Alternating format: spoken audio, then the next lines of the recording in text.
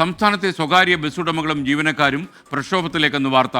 ഇതിന് മുന്നോടിയായി ഇന്ന് കോഴിക്കോട് പ്രതിഷേധ സംഗമം സംഘടിപ്പിക്കും. ഇന്ന് വൈകുന്നേരം 5 മണിക്ക് നടക്കുന്ന പ്രതിഷേധ സംഗമത്തിൽ മലബാറിലെ 5 ജില്ലകളിൽ നിന്നുള്ള ബസ് ഉടമകളും ജീവനക്കാരും പങ്കെടുക്കുന്നുണ്ട്. ദീപക് തർമ്മണം ചേരുന്നു കോഴിക്കോട് നിന്ന്. Deepak, good morning. പറയൂ Deepak. Very good morning S K N. സംസ്ഥാനത്ത് വീണ്ടും ഒരു ബസ് സമരത്തിലേക്ക് കടക്കാൻ പോകുന്നതിൻ്റെ ആദ്യപടിയാണിത്. 2-3 കാര്യങ്ങളാണ് ഇതിൽ പ്രധാനമായുള്ളത്.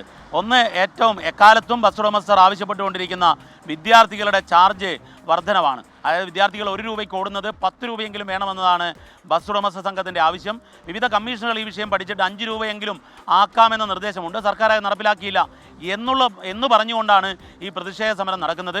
3 സോണുകളായി തിരിച്ചുള്ള പ്രതിഷേധ സമരം കഴിഞ്ഞ ദിവസം തൃശ്ശൂരിൽ നടന്നു, ഇന്ന് കോഴിക്കോട്, അടുത്ത ദിവസം കോട്ടയം, ഇങ്ങനെ നടക്കുന്നു. അത് കഴിഞ്ഞ് സംസ്ഥാന തലത്തിൽ ഒരു സമരത്തിലേക്ക്, സർവീസ് നിർത്തിയുള്ള സമരത്തിലേക്ക് പോകാനുള്ള ആലോചനയിലാണ് എന്നുള്ളതാണ് നമുക്ക് മനസ്സിലാവുന്നത്. അല്പം മുമ്പ് ഈ സമരസമിതിയുടെ ചെയർമാൻ വാസുദേവനുമായി സംസാരിച്ച സമയത്ത് മനസ്സിലായത്, ഈ ദീർഘദൂര ബസ് സർവീസിൻ്റെ പെർമിറ്റുകൾ പുതുക്കി നൽകാത്ത പ്രശ്നം അത് വളരെ ഗൗരവത്തിൽ ബസ് ഓണേഴ്സ് അസോസിയേഷൻ എടുക്കുകയാണ്.